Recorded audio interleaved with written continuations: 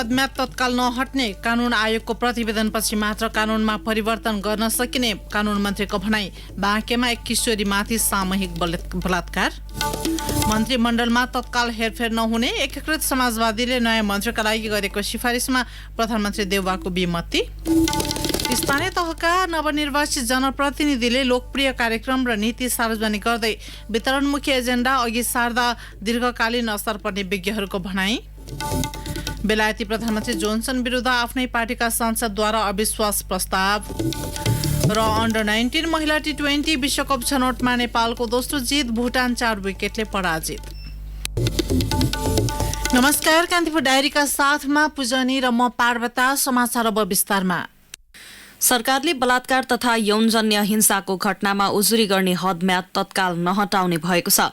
कानून न्याय तथा संसदीय मामिला मन्त्री गोविन्द बन्दीले संसदमा आज बोल्दै हदम्याद सम्बन्धी व्यवस्था तत्काल हट्न नसक्ने बताउनु भएको हो। त्यस्ता घटनाको उजुरी गर्ने हदम्याद हटाउन माग भएपछि सरकारले कानून आयोगलाई उक्त विषयबारे अध्ययन गर्न जिम्मेवारी दिएको भन्दै मन्त्री बन्दीले आयोगको प्रतिवेदन आएपछि कानून सुधार गर्नेबारे निर्णय लिन सकिने बताउनुभयो।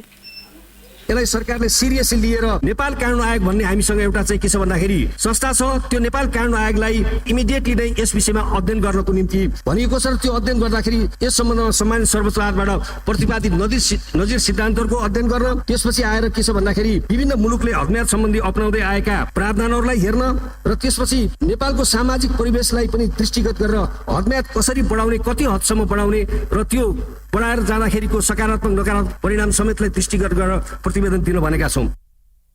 हदम्यादका कारण न्यायबाट वञ्चित हुन नपरोस् भन्ने सांसदहरूको माग र जनस्तरमा उठेको विषयप्रति सरकार गम्भीर रहेको उहाँको भनाइ थियो। एउटा घटना विशेषलाई लिएर कानून नबन्ने मन्त्री बन्दीले बताउनुभयो। समाजको परिवर्तनसँगै र समाजमा आएका च्यालेन्जेसहरूलाई एड्रेस गर्दै कानून सुधार गर्दै गइरहेका छौं र त्यसरी कानून सुधार गर्दा कुनै एउटा परिघटनाबाट वा एउटा इन्सिडेन्टबाट मात्र प्रभावित नभई समग्र कानून निर्माण गर्ने क्रममा समाजको ती सवालहरूका बारेमा अध्ययन छलफल गरेर नै कानून के छ भन्दाखेरि संशोधन र परिमार्जन गर्ने गरिन्छ। मुलुकी अपराध संहिता 2074 मा बलात्कार र यौनजन्य हिंसाको घटनामा 1 वर्षको हदम्याद राखिएको छ। अहिले सोही प्रावधान हटाउनु पर्ने माग भइरहेको हो। यसैबीच बाँकेमा 16 वर्षीय एक किशोरीमाथि सामूहिक बलात्कार भएको छ। फेसबुकमा 1 वर्षदेखि चिन्जान भएकी किशोरीलाई एक युवकले जन्मदिन मनाउन बोलाएर अन्य 6 जनासँग मिलेर उनीमाथि बलात्कार गरेको खुलाएको बाँके प्रहरीका प्रवक्ता मधुसूदन न्यौपानेले बताउनुभयो। बैजनाथ गाउँपालिका 8 का 17 वर्षीय हेमराज थारूले ती किशोरीलाई आफ्नो जन्मदिन मनाउन बोलाएको अनुसन्धानबाट खुलेको प्रहरीले जनाएको छ। प्रहरीका अनुसार शनिबार राति र आइतबार छुट्टा छुट्टै स्थानमा किशोरीमाथि बलात्कार भएको देखिएको हो। घटनामा संलग्न हेमराज थारू, निराजन थारू, विक्रान्त थारू, प्रवीण थारू, राजकुमार थारू, विश्वनाथ थारू र निर्देश थारूलाई प्रहरीले पक्राउ गरेको हाम्रा सहकर्मी रूपा गहतराजले जनाएकी छन्। किशोरीलाई सुरुमा स्थानीय मानखोलाको जंगलमा 5 जना युवाले र पछि टहरामा लगेर 2 जना युवकले बलात्कार गरेको प्रहरीको प्रारम्भिक अनुसन्धानबाट खुलेको छ। बलात्कृत किशोरीलाई अहिले एक संस्थाको संरक्षणमा राखिएको छ।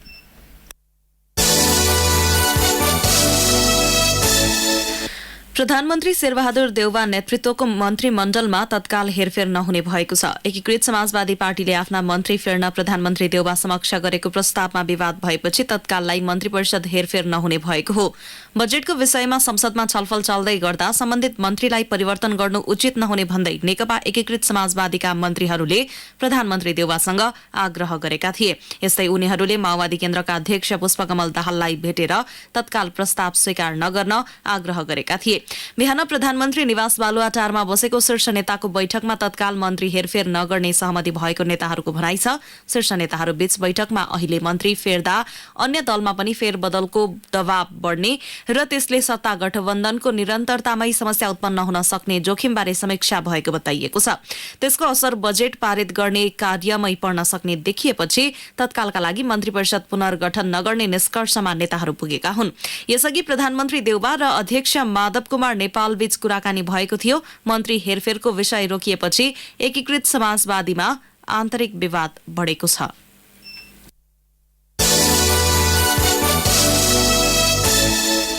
अब कान्तिपुर सविस्तार। कान्तिपुर सविस्तार। स्थानीय तहको दोस्रो चुनावबाट निर्वाचित कतिपय जनप्रतिनिधिले लोकप्रिय कार्यक्रम र नीति अघि सारेका छन्। उनीहरूले स्वास्थ्य, शिक्षा, कृषि क्षेत्रमा ल्याएका कार्यक्रम र नीति वितरणमुखी भएका भन्दै टिप्पणी र आलोचना हुन थालेको छ। संघीय मामिलाका जानकारहरूले भने नवनिर्वाचित जनप्रतिनिधिले ल्याएका कार्यक्रमको दीर्घकालीन असर पर्नेतर्फ सचेत गराएका छन्। प्रदेश 1 का कतिपय पालिकाहरूले करको दायरा फराकिलो बनाउने नीति अघि सारेका छन्। विराटनगर महानगरपालिकाले करको दायरा बढाउने र करको दर घटाउने निर्णय गरेको छ। त्यस्तै प्रदेश 1 स्थित 2वटा उपमहानगर धरान र इटहरीका नवनिर्वाचित मेयरले क्रमशः कर समायोजन गर्ने र स्वास्थ्य बीमाको रेफर थप 4वटा स्वास्थ्य चौकीबाट गर्ने निर्णय गरेका छन्। प्रदेश स्थित 46 नगरपालिका र 88 गाउँपालिकाका नवनिर्वाचित जनप्रतिनिधिहरूले पनि सोही प्रकृतिका निर्णय गरेका छन्। करको दायरा बढाउने नीतिबारे विराटनगर महानगरपालिका का प्रमुख नागेश कोइराला भन्छन्, हामीले चाहिँ नि सबभन्दा पहिले म अफिस छिर्ने बित्तिकै गरेको निर्णय भनेको करको दायरा बढाएर कर घटाउने भनेर निर्णय गरेर यसलाई चाहिँ नि इमिडिएटली इफेक्ट हुने गरी हामीले मान्छेले फिल गर्ने गरी छिटोभन्दा छिटो चाहिँ नि यसलाई कार्यान्वयन गर्ने पक्ष हामी छौँ। मध्य प्रदेशको वीरगञ्ज महानगरपालिकाले मासिक रूपमा 30 युनिटसम्म विद्युत खपत गर्ने प्रत्येक घरको महसुल आफूले बेहोर्ने निर्णय गरेको छ। रौतहटकै कटहरिया नगरपालिकाले सबै विद्यालयमा कक्षा 10 सम्म अंग्रेजी माध्यममा पठन पाठन सञ्चालन गर्ने निर्णय गरेको छ। उता सर्लाहीको चन्दन नगर गाउँपालिकाले बाल विवाह रोक्ने तथा शिक्षामा छात्राको पहुँच बढाउने उद्देश्यले कक्षा 12 उत्तीर्ण गरी 20 वर्षमा बिहे गर्ने छोरीलाई नगद 50,000 दिने निर्णय गरेको छ। बागमती प्रदेश अन्तर्गत चितवनका 7 पालिकाले विपन्न वर्ग र स्वास्थ्य क्षेत्रलाई प्रमुख प्राथमिकतामा राखेका छन्। विपन्न नागरिकको निशुल्क स्वास्थ्य बीमाका साथै सरकारी स्वास्थ्य संस्थामा जन्मिएका छोरीहरूको 1 लाखको जीवन बीमासम्मका योजना अघि सारिएका छन्। धादिङको गंगा जमुना गाउँपालिकाले सबै दलित समुदायको स्वास्थ्य बीमा गर्ने निर्णय गरेको छ। काठमाडौँ महानगरपालिकाले फोहोर मैला तथा सार्वजनिक शौचालय व्यवस्थापन प्राथमिकतामा राखेको छ। दोलखाको गौरीशंकर गाउँपालिकाले अपाङ्गता भएका तथा गर्भवतीलाई निशुल्क एम्बुलेन्स सेवा दिने निर्णय गर्दा रामेछापको सुनापति गाउँपालिकाले सुत्केरीलाई 4,000 भत्ता दिने भएको छ। उता काभ्रेका 13वटा स्थानीय तहले निशुल्क स्वास्थ्य बीमादेखि छात्रवृत्तिसम्मका योजना ल्याएका छन्। गण्डकी प्रदेश अन्तर्गत स्याङ्जाको काली गण्डकी गाउँपालिकाले युवालाई क्षमता अनुसारका सिप र गृहिणीलाई इन्डक्सन चुलो दिने निर्णय गरेको छ। म्याग्दीको बेनी नगरपालिकाले विपन्न वर्गका परिवारका सदस्यको निशुल्क स्वास्थ्य बीमा गरिदिने भएको छ। कास्कीको अन्नपूर्ण गाउँपालिकाले 50% अनुदानमा स्थानीयको स्वास्थ्य बीमा गर्ने निर्णय गरेको छ। लुम्बिनी प्रदेशका 109 स्थानीय तहमध्ये अधिकांश पालिकाले स्वास्थ्यसँग सम्बन्धित एकै प्रकारका निर्णय गरेका छन्। धेरै पालिकाले स्थानीय तहका सबै घर परिवारलाई निशुल्क स्वास्थ्य बीमा गर्ने निर्णय गरेका छन्। स्वास्थ्य बीमासँगै गर्भवती महिलाका लागि सुत्केरी हुने बेलामा स्वास्थ्य चौकीसम्म पुर्याउने यातायात सुविधा पनि निशुल्क गर्ने निर्णय गरेका छन्। त्यस्तै ताङको तुलसीपुर उपमहानगरपालिकाले ज्येष्ठ नागरिक तथा गर्भवती र सुत्केरीलाई एम्बुलेन्सको व्यवस्था गर्ने भएको छ। त्यस्तै भूमिहीनहरूका लागि जग्गाको व्यवस्था गरिने उपमहानगर प्रमुख टीकाराम खड्का बताउँछन्। भूमिहीन कुटुम्बवासीहरू, अव्यवस्थितहरू जसले गर्दा वर्षौंदेखि मेरो सम्पत्ति कहाँ छ भन्ने कुरा नै उहाँको सुनिश्चित छैन, त्यस्ता समुदायहरूको निम्ति हामीले भनेका थियौँ। हामीले निर्वाचन जितेको चाहिँ पहिलो मिटिङमा नै सुकुम्बासी भूमिहीन अव्यवस्थितहरूको रेकर्डलाई चाहिँ के अरे व्यवस्थित गर्ने, नापनक्सा गर्ने र त्यो प्रमाणीकरण गरेर केन्द्रीय आयोगमा बुझाएर चाहिँ लाल पूर्जा वितरण गर्ने भन्ने हाम्रो मुद्दा पनि थियो निर्वाचनको मुद्दा। कर्णाली प्रदेशको शुभकालिका गाउँपालिकाले किसानलाई राहत दिने उद्देश्यले खाद्यान्न बालीको बीमा गर्ने निर्णय गरेको छ। हुम्लाको सर्के गाड गाउँपालिकाले सुत्केरीलाई प्रोत्साहन भत्ता तथा पालिका भित्रका सबैको निशुल्क स्वास्थ्य बीमा गर्ने भएको छ। सुदूरपश्चिम प्रदेश अन्तर्गत कैलालीको कैलारी गाउँपालिकाले मालपोतमा लाग्ने करमा 50% छुट गर्ने निर्णय गरेको छ। दार्चुलाको मालिकार्जुन गाउँपालिकाले शिक्षक र कर्मचारीलाई राजनीति गर्न निषेध गरेको छ। धनगढी उपमहानगरपालिकाले पारदर्शी बनाउन भन्दै कार्यपालिका बैठक लाइभ गर्ने निर्णय गरेको छ। कञ्चनपुरको महाकाली पारीको दोधारा चाँदनी नगरपालिकाको पहिलो बैठकले सुत्केरीलाई निशुल्क एम्बुलेन्स उपलब्ध गराउने र घुम्ती अल्ट्रासाउन्ड सेवा सुचारू गर्ने निर्णय गरेको छ। यी हुन् स्थानीय तहको दोस्रो चुनावबाट निर्वाचित जनप्रतिनिधिले गरेका निर्णय। यस्ता निर्णय अपरिपक्व र सस्तो लोकप्रियताका लागि हुन सक्ने भन्दै टिप्पणी भएका छन्। यसरी गरिने निर्णय वितरणमुखी भएकाले दीर्घकालीन असर गर्ने संघीयताका जानकारहरू बताउँछन्। संघीयताविद खिमलाल देवकोटा भन्छन्, वितरणमुखी कार्यक्रमहरू गर्नु भएन कि हाम्रो इकोनोमीमा यति ठुलो च्यालेन्ज छ। हाम्रो चाहिँ कस्तो छ भने पैसा बाँड्ने कसरी हुन्छ हैन, राहतका नाममा, निशुल्कका नाममा हैन, त्यसले गर्दा यस्ता खालका लोकप्रिय कार्यक्रमहरू अलि अब केही समय अब तत्कालीन रूपमा त केही फाइदा होला, अब दीर्घकालीन रूपमा त्यसले हित पनि गर्दैन, पालिकालाई पनि गर्दैन हैन, प्रमुख जो निर्वाचित जनप्रतिनिधि उसलाई पनि गर्दैन। त्यसकारण हाम्रो जोड भनेको उत्पादनै भन्ने गरेको छ मैले। निर्वाचित भए लगत्तै हौसिएर वा उत्साहित भएर गरिने निर्णयहरू कार्यान्वयनमा नजाँदा त्यसले समस्या ल्याउन सक्ने तर्फ जनप्रतिनिधिहरू सचेत रहनुपर्ने देखिन्छ। अन्यथा स्थानीय तहमा जनताको अपेक्षा बढ्ने तर सामान्य निर्णय समेत कार्यान्वयन नहुने जोखिमले स्वयं स्थानीय तहकै विश्वसनीयतामाथि प्रश्न उठ्न सक्नेछ। रेडियो कान्तिपुरका लागि रमेश दुलाल। कान्तिपुर सविस्तार। कान्तिपुर सविस्तारपछि कान्तिपुर डायरीमा अब ब्रेकको पालो। ब्रेकपछि कान्तिपुर डायरीमा अब बाँकी प्रसंग। बागमती र गण्डकी प्रदेशमा दर्ता भएका सवारी साधनमा आगामी श्रावण 1 गते भित्र इम्पोस्ट नम्बर जडान नगरिए जरिवाना गर्ने सरकारको तयारीप्रति सांसदले आपत्ति जनाएका छन्। इम्पोस्ट नम्बर जडानका लागि सरकारी निकायले गरेको गल्ती र कमजोरी छाडेर नागरिकलाई शास्ति दिन खोजिएको भन्दै संसदभित्र विरोध भएको हो। प्रतिनिधि सभाको आजको बैठकमा बोल्दै नेपाली कांग्रेसका सांसद गगन थापाले इम्पोस्ट नम्बर राख्न जबरजस्ती गरिए नागरिक तहबाट अवज्ञा हुने बताउनुभयो। यत्रो महँगो छिमेकी भारतसँग तुलना गर्यो, अरू देशसँग तुलना गर्यो भने 5 गुणा 6 गुणा बढी पैसा लिएर त्यो पनि 1 गते भित्र गर्ने भए गर, नभएदेखि देखाइदिन्छु भनेर जसरी धम्की दिएको छ, धम्कीको यो भाषा गलत छ। यसलाई खारेज गर्नुपर्छ। सम्माननीय सभामुख महोदय, म तत्काल सरकारसँग माग गर्न चाहन्छु यसको तत्काल पुनरावलोकन होस्, यसलाई सस्तो पनि बनाइयोस्, सबैभन्दा ठूलो कुरा नागरिकलाई शास्ति दिने काम नगरियोस्। त्यसले यो बेलामा म सरकारलाई फेरि अनुरोध गर्छु जबरजस्तीलाई बन्द गरियोस्, होइन भने नागरिकले अवज्ञा गर्छन्। यातायात मन्त्रालयले गत मंसिर 1 गतेदेखि नामटुङ्गो लागेको प्रदेशमा यातायात कार्यालयमा दर्ता भएका सवारी साधनमा इम्पोस्ट नम्बर लागू गर्ने निर्णय गरेको थियो। सो निर्णय कार्यान्वयन हुन नसकिरहेका बेला यातायात व्यवस्था विभागले बागमती र गण्डकी प्रदेशमा दर्ता भएका सवारी साधनमा अषाढ मसान्तभित्र त्यस प्रकारको नम्बर जडान गर्नुपर्ने भन्दै सूचना जारी गरेपछि त्यसको विरोध भइरहेको छ। सांसद थापाले सरकारी निकायको कमजोरीबाट नागरिकलाई शास्ति दिन नमिल्ने बताउनुभयो। सरकारले भनेको समयमा भनेको काम गर्न नसक्दाखेरि आर्थिक दायित्व बिहोर्नु पर्छ भने कमी कमजोरी जसले गर्यो त्यसले सजाय प्राप्त गर्ने हो कि यसको दुःख नागरिकले पाउने? अबको 15 महिनामा 25 लाख सवारी साधनमा जोड्ने दिनको 5500 कसरी सम्भव छ? 2-3 कार्यालय राष्ट्रिय परिचय पत्र लिँदै गर्दा नागरिकले चाहिँ शास्ति बिहोर्नु पर्यो। सम्मानित सभामुख महोदय, त्योभन्दा अत्यन्त बढी शास्ति बिहोर्नु पर्छ, दिनरात नभनिकन लाइन बस्नुपर्छ। विभागको सूचना खारेज गरेर निर्णयमा पुनर्विचार गर्न समेत उहाँले माग गर्नु भएको छ।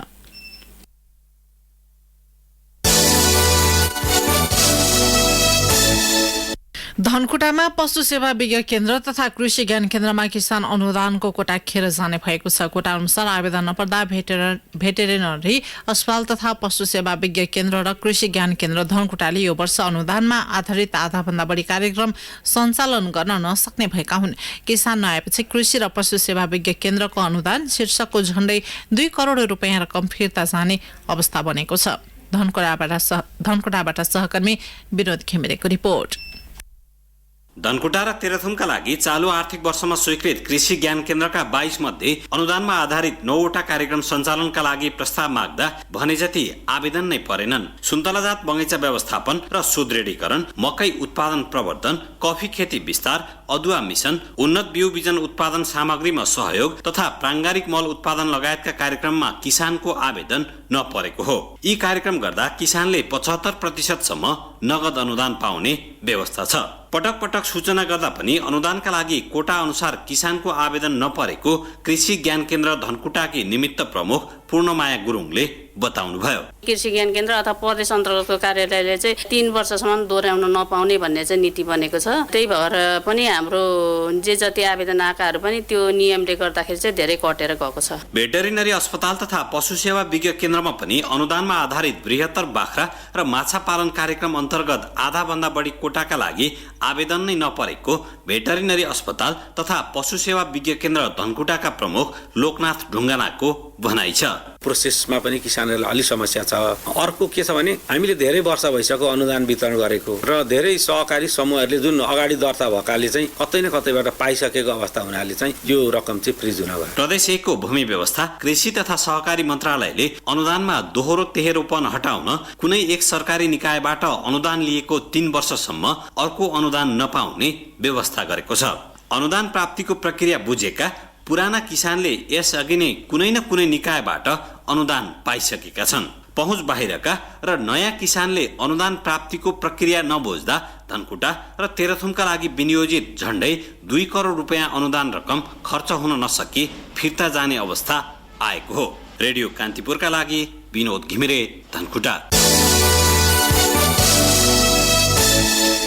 प्रहरीले सुन तस्करीको आरोपमा भारतीय र चिनिया नागरिक सहित 7 जनालाई पक्राउ गरेको छ। दुबईबाट तस्करीको सुन लिएर आएका 2 जनाको बयानपछि एक चिनिया सहित थप 5 जना काठमाडौँबाट पक्राउ गरिएको हो। दुबईबाट काठमाडौँ आएका कपिल वस्तुका 29 वर्षीय सन्दीप चन्द ठकुरी र रूपन्देहीका 42 वर्षीय सुरेश बहादुर शाहीलाई प्रहरीले झण्डै 900 ग्राम सुन सहित विमानस्थलबाट पक्राउ गरेको थियो।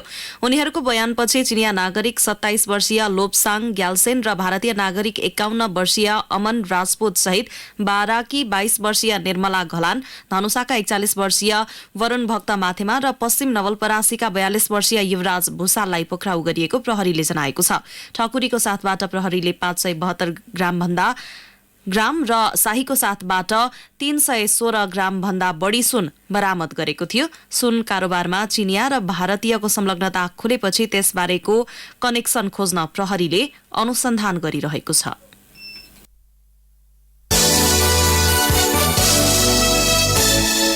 अधिकार कर्मीहरूले चितवनको बादरमुळे घटनाका पीडितलाई न्याय दिन माग गरेका छन्। घटनाको 17 वर्ष पुगेको अवसरमा एडभोकेसी फोरम र जवाफदेहिता निगरानी समितिले संयुक्त रूपमा विज्ञप्ति जारी गर्दै पीडितलाई न्यायका लागि आग्रह गरेका हुन्। चितवनको बादरमुळेमा तत्कालीन माओवादी कार्यकर्ताहरूले एक यात्रुवाहक बसमा बम विस्फोट गराउँदा 35 जना सर्वसाधारण र ड्युटीमा नरहेका 3 जना सुरक्षाकर्मी घटनास्थलमै मारिएका थिए। 2062 साल जेठ 23 गते भएको सो घटनाको आज 17 वर्ष पूरा भएको छ। घटनामा 70 भन्दा बढी मानिसहरू घाइते भएका थिए, जसमध्ये 6 जनाले ज्यान गुमाइसकेका छन्। काठमाडौँ महानगरपालिकामा आजदेखि कल सेन्टर सञ्चालनमा आएको छ। नवनिर्वाचित जनप्रतिनिधिले पद बहाली गरेपछि गत जेठ 16 गते बसेको पहिलो कार्यपालिका बैठकले 7 दिनभित्र कल सेन्टर सञ्चालन गर्ने निर्णय गरेको थियो। निर्णय कार्यान्वयन गर्दै आजदेखि राष्ट्रिय सभागृहमा केन्द्र सञ्चालन गरिएको हो। महानगरलाई उत्तरदायी स्थानीय सरकारका रूपमा स्थापित गर्न नागरिकका गुनासा सुन्ने प्रणाली विकास गरिएको महानगरका प्रमुख बालेन्द्र शाहको भनाइ छ।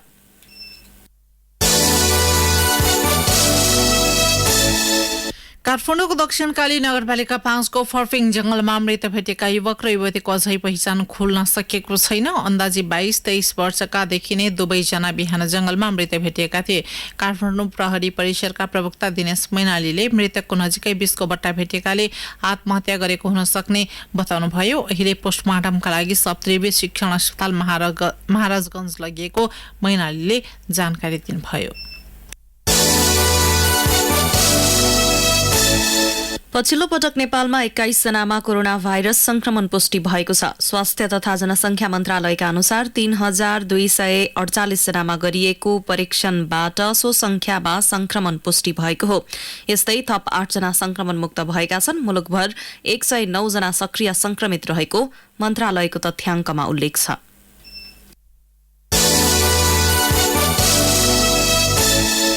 कान्तिपुर डायरीमा अब 5 थर डायरीको पालो।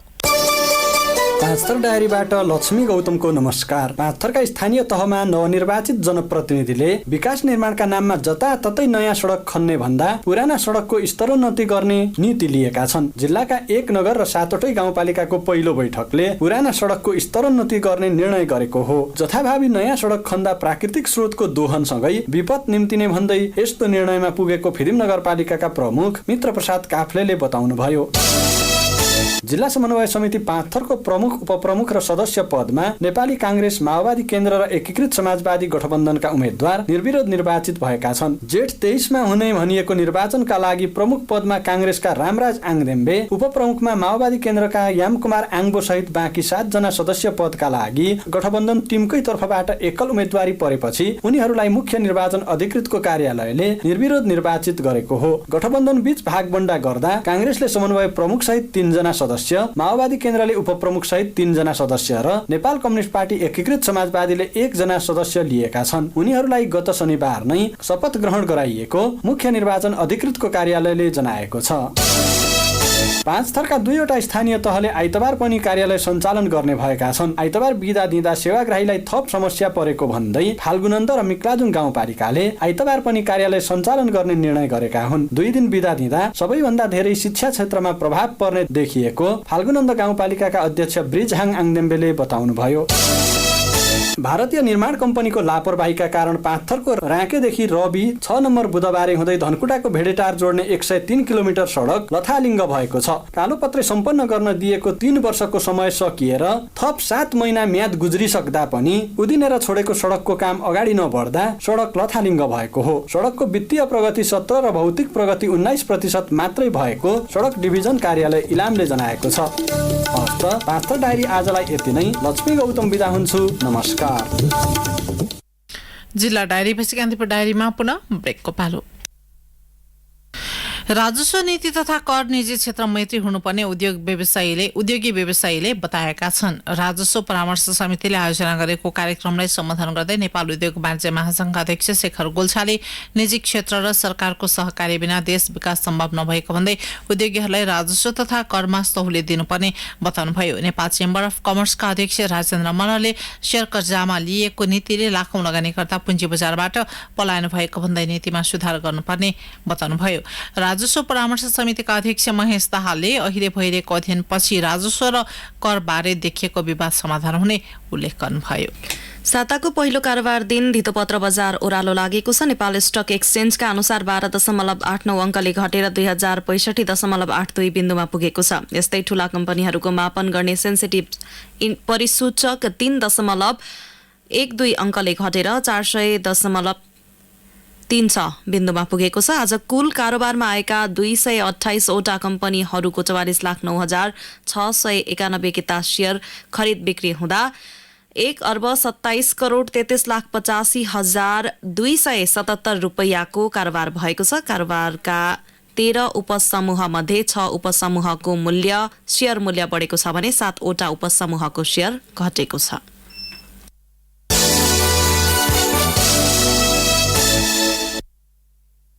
अब अन्तर्राष्ट्रिय प्रसंग। बेलायती प्रधानमन्त्री बोरिस जोन्सन विरुद्ध उहाँकै पार्टीका सांसदले अविश्वास प्रस्ताव ल्याएका छन्। कन्जर्भेटिभ पार्टीका केही सांसदले पत्र लेखेर जोन्सनको नेतृत्वप्रति असन्तुष्टि जनाउँदै अविश्वास प्रस्ताव ल्याएका हुन्। कोरोना महामारीका बेला मापदण्ड उल्लङ्घन गरेको र डाउनिङ स्ट्रिटमा पार्टी गरेको विषयमा जोन्सनको आलोचना भइरहेको छ। यी प्रकरण नसेलाउँदै फेरि पार्टीभित्र जोन्सनको नेतृत्वलाई लिएर आलोचना बढेको हो। कन्जर्भेटिभ पार्टीमा नेतृत्व परिवर्तनका लागि कम्तीमा 15% सांसदले प्रधानमन्त्री विरुद्ध अविश्वासको प्रस्ताव ल्याउन सक्ने प्रावधान छ। जोन्सन विरुद्ध अविश्वास जनाउन कम्तीमा 54 सांसद आवश्यक हुन्छ। 54 सांसदद्वारा लेखिएको पत्र सांसदहरूको प्रतिनिधित्व कमिटिका अध्यक्ष ग्राहम ब्रेडीलाई बुझाइएको छ। अविश्वास प्रस्तावमाथि बेलायतको स्थानीय समयअनुसार आज सांसदहरूले गोप्य मतदान गर्दैछन्। जोन्सनले बहुमत नपाएमा कन्जर्भेटिभ पार्टीका नयाँ नेतृत्व नै बेलायतको प्रधानमन्त्री बन्नेछन्।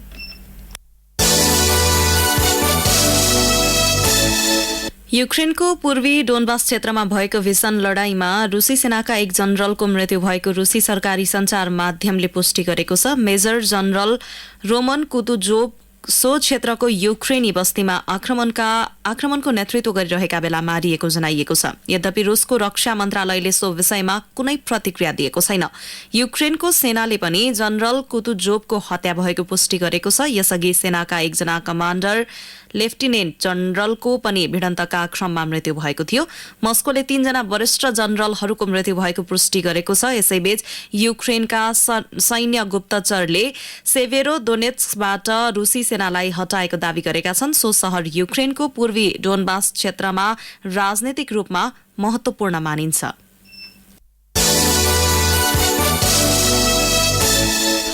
अब खेल प्रसंग। आईसीसी अन्डर 19 महिला T20 विश्वकप छनौट अन्तर्गतको तेस्रो खेलमा नेपाल विजयी भएको छ। मलेसियाको किनराडा ओभलमा भुटानलाई 4 विकेटले पराजित गर्दै नेपालले दोस्रो जित हात पारेको हो। भुटानले प्रस्तुत गरेको 66 रनको सामान्य लक्ष्य नेपालले 13.1 ओभरमा 6 विकेटको क्षतिमा पूरा गर्यो।